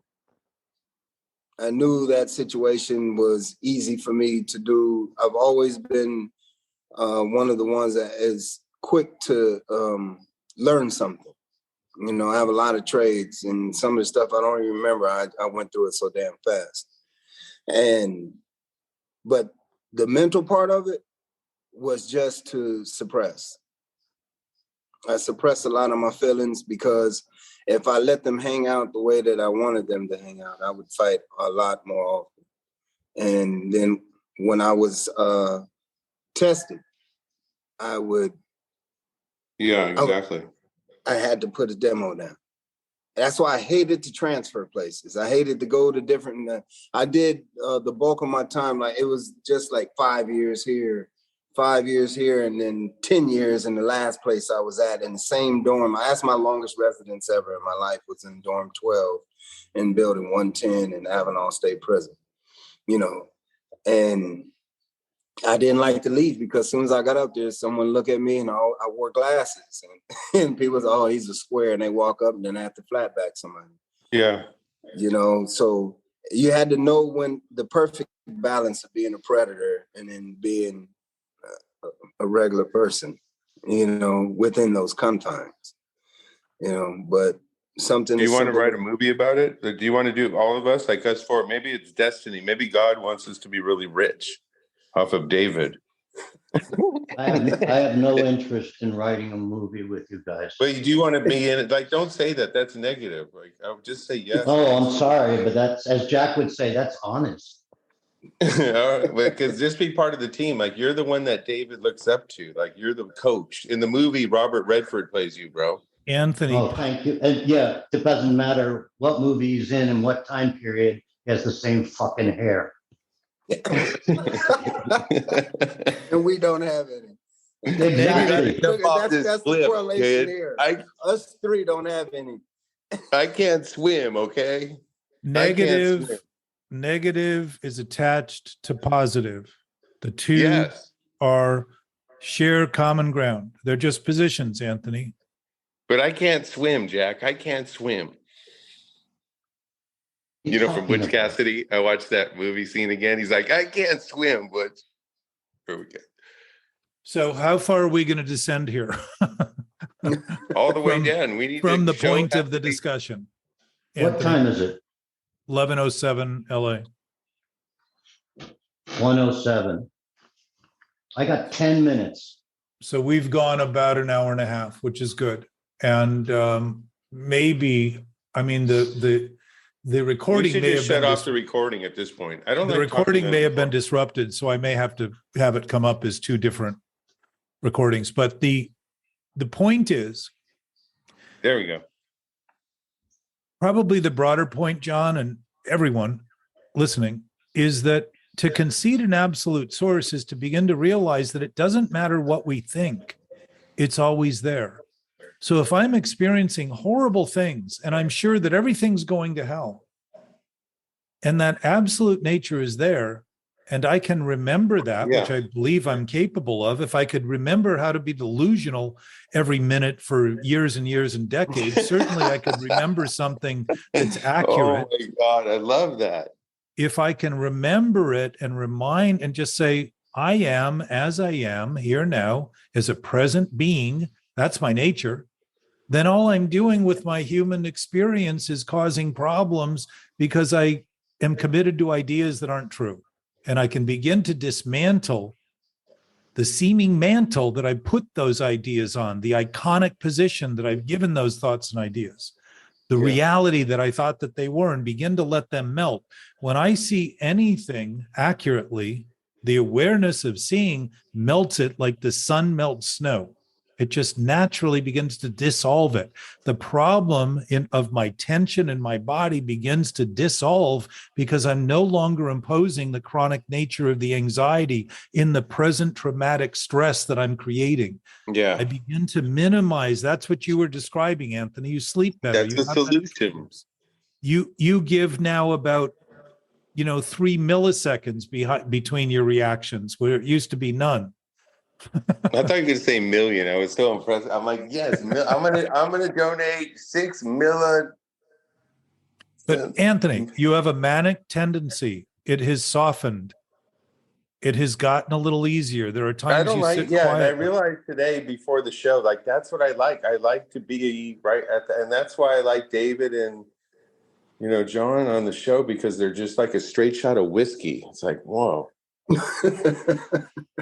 Right? It's like you guys are like a straight shot of whiskey. Well, imagine you comparing honesty and directness to a mind-altering drug. Think of how altered your brain might be to consider that what they're talking about honestly and openly gives you that shot of awareness and openness. My sense is, as a species, we have not even begun to witness the capacity our body has to create chemicals that will give us sensations of euphoria far in excess of anything that we can contrive out of nature, that we can take from nature. Because every time we take anything from nature, we distill it down to the most reactive components, the most stimulative components, and then think somehow our body should get along with it easily without turning it into something that causes harm. Plants, animals, food are designed to be eaten whole, not in the most reduced. Alcohol is distilled, cocaine is refined, opium is refined, everything is reduced down. Synthetic opiates are trying to get that one thing that keeps us from feeling out of that, rather than eat it whole. When you eat sugar with fiber, it doesn't have the same impact as the refined nature of processed sugar and processed flour. If you eat whole grains, very different experience on the body. Wait. Stop. Time out. Your body doesn't know the difference between whole grain sugar, a banana, an orange, or a piece of broccoli. Your insulin level goes up, you digest carbohydrate, it stores as fat, period. So there's no distinction between food whatsoever? Not for your body. Carbohydrate is carbohydrate. It has nothing to do. It only goes into your body. That's how you block carbohydrate and insulin values. You put fat in there. Hypoglycemic responses are an intensity of sugar. Alcohol is all sugar. It's an inability of the body to metabolize that sort of concentration. The fiber helps offset the glycemic impact of, if you eat sugar cane, very different experience than taking a tablespoonful of refined sugar. Not for your body. Your body stores it by insulin rising, and your body stores it as fat. If you were to put fat in prior to eating the carbohydrate, your body would be digesting fat, and then the carbohydrate would go out your asshole. That's how you block carbohydrate. It's like diabetes. I'm diabetic. Yeah, you're broken. You can no longer digest carbohydrate. You've eaten so much fucking carbohydrate, your body is broken. That's Yes. all it is. It's very But simple. few people are alerted to avoid broccoli to end up with diabetes. It does not tend to come. It's because when you go to the supermarket, this incredible establishment, you go in and in the back, there's an aisle of protein. And on the right side, there's an aisle of dairy. And then there's 37 aisles of carbohydrate. That's called marketing. But You're it's very addicted to carbohydrate. You're addicted to carbohydrate. processed. You're not addicted to protein. You're not addicted to dairy. You're not addicted to fat. You're addicted to processed carbohydrate. Very simple. I've never heard of anyone addicted to broccoli. But all carbohydrates the same, Jack. Just consider what I'm saying, John. Give it a little bit of room. I got that you have knowledge about all this stuff, and perhaps Dr. Silkworth and the whole idea of the allergy with alcohol was wrong. Perhaps that's not true. I don't know. But the fact is, when you take something like a plant and turn it into all sugar and distill it, you've reduced it down to a concentration that our bodies tend not to deal with well, because they're not designed to deal with things that are refined and contrived by human effort. They're designed to eat food as it was designed. Natural, But whole. deal. I don't know what deal means. What? Deal. You use the word deal. I don't know what that means. How to define the term? Absorb it and utilize it. The definition of alcoholism is often an inability to metabolize sugar. The genetic predisposition to that inability seems to be something that people are either born with or continue to live with. And the allergy is an abnormal response, responding to something that the body can't deal with. It's too much. It's too concentrated. Think about every single drug is a derivative of something. It isn't the whole thing.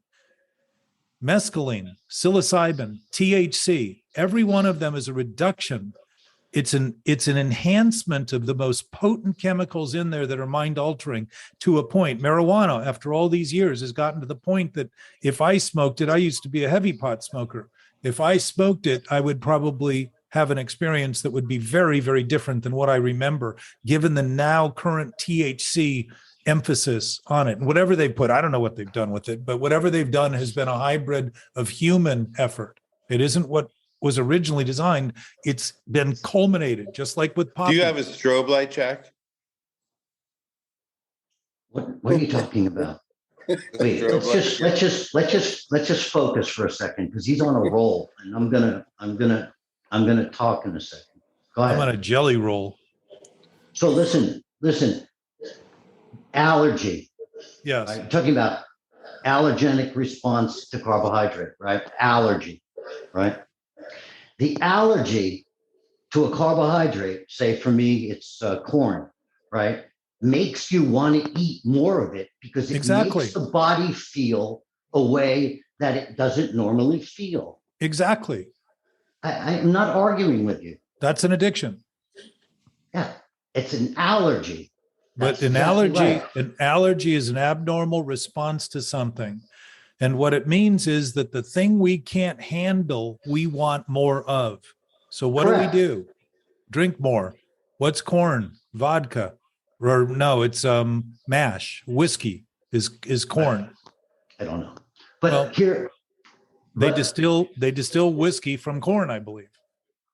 I don't know. But my point is that for your body, all carbohydrate is the same. You don't know the difference between a banana or pure cane sugar. Okay. You don't know. The only carbohydrate that is very slow to digest is actual oatmeal. Oatmeal, not instant oatmeal, right? Oatmeal takes so long to digest, it doesn't turn into insulin. Right. Okay, so let me concede your point. Let's just say that's absolutely correct. It may be concentration of carbohydrate that the body struggles with. If you struggle with corn, that's a specific carbohydrate and that has been altered. Most corn is no longer even corn. I know, I remember. Yeah. So, and the point is that the body isn't, body's built on a natural platform. If I'm feeding it things that aren't natural, like processed foods would be a good example. Refined foods, fried foods, all that kind of stuff that are not natural. They're a human concoction of taste and flavor. That's what we're going for. That isn't necessarily nourishing. Taking it back to our conversation is that food for thought that isn't nourishing, we have a repulsive, reactive nature to lies. Our body does not, the ego, this thing we call ego, in essence, Latin for ego means I. We have mistaken the actual identity of ego as being who we actually are for a self that we aren't. The abnormal response now is reactive, impulsive, and compulsive. I'm going to escape into compulsions, thinking that by drawing my attention and consuming my attention with some outer substance, I'm going to avoid the lack of substance I have in the thinking I'm doing and make believe it's true because I'm not paying attention to it. What does it do? It gets bigger because it grows like a disease that's been misdiagnosed. It continues to grow. So the bigger point is that I suspect our bodies have not even come to terms with our capacity because they've been dealing with the stress we've been chronically creating through history and through all of civilization. In terms of humans, we've been doing this since the beginning. And we've been adjusting, our DNA is affected by it and adjusted to these unnatural stresses and anxieties and created conditions that continually develop more and more and more disorders of all sorts of things, trying to make sense of it. Our body is not making sense of it. It's trying to do what it can, but it can't do what it can when it's dealing with things that are insane because there's no basis of it. Gentlemen, on that note, I got to run. Color 10 me minutes is up. gone. Thanks. Color Thanks, me John, gone. for your But I honesty. really appreciate Thank you, John. everybody and what you guys put in today. I just think it was quite wondrous. And Jack, thank you so much for running the show here. Well, we're all Yeah. doing it. I appreciate Thanks, it. Thanks, Jack. John. Love you, brother. Take care.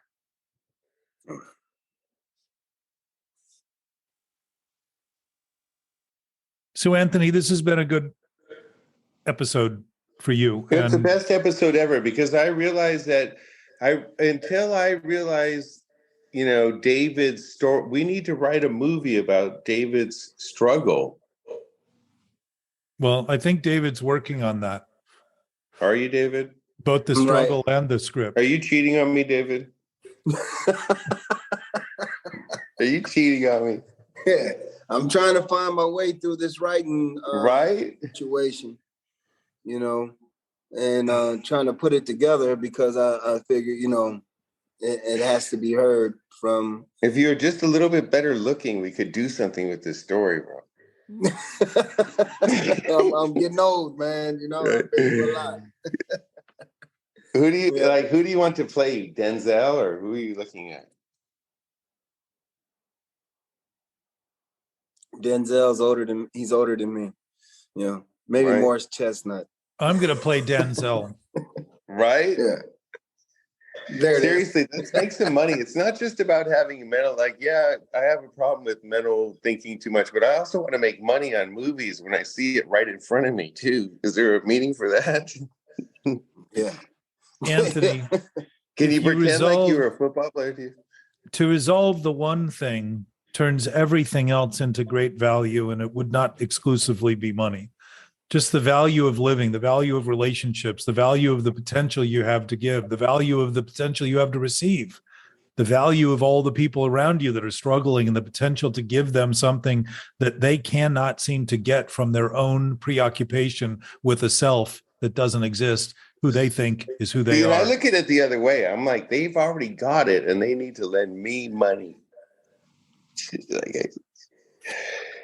So I'm going to call this an end, and I appreciate you guys being here. And I know that it was unexpected to some degree, but I appreciate that it happened this way. And also appreciate that things tend to go exactly where they go, which this certainly has.